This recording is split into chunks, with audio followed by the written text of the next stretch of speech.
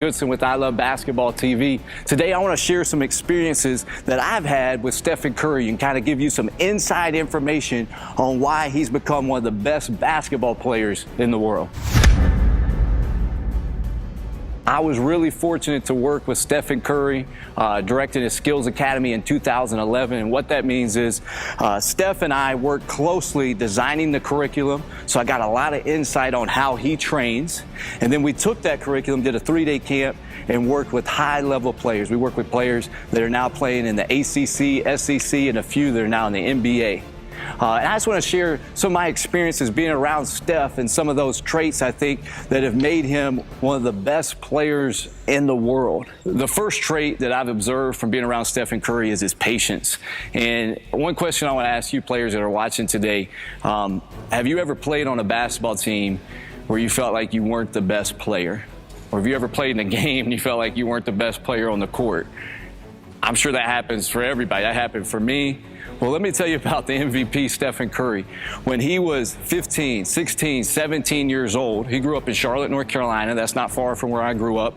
And I know some of his teammates from high school. I know some of his competitors on the travel ball circuit. And when Steph was 15, 16, 17, he wasn't the best player in America. He wasn't the best player in North Carolina. He wasn't the best player in Charlotte, and you could argue he wasn't even the best player on his high school and travel team. I know that when he played travel ball, AAU, USBA, that he didn't always start the game. He would come off the bench. So how do you go from not being the best player on your travel team or your high school team to now the best basketball player in the world? That's my opinion. How do you do that? Well, to me, what really shines through with Steph is his patience. He was willing to wait for the results to come.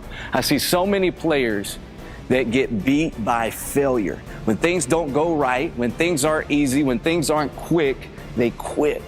And I'm telling you, you gotta stick to the process.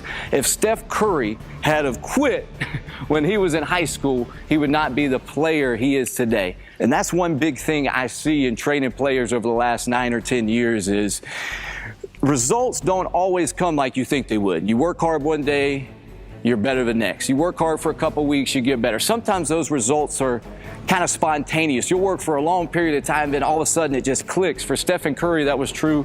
He steps on a college campus at Davidson, and it just clicked for him. And he transformed as a player. But he had to wait for those results to happen. I know that going into his senior year in high school, he changed his shot. How many 16, 17-year-olds watching right now would change their shot at this point in their career? But I know that his father, Dale, spent the whole summer, and his grandmother calls it the summer of tears because he was so frustrated. His dad wouldn't let him shoot outside the paint, got his shot up higher, fixed his form, and it transformed his game. Be willing to untrain yourself, to take 2 steps back, to take a big step forward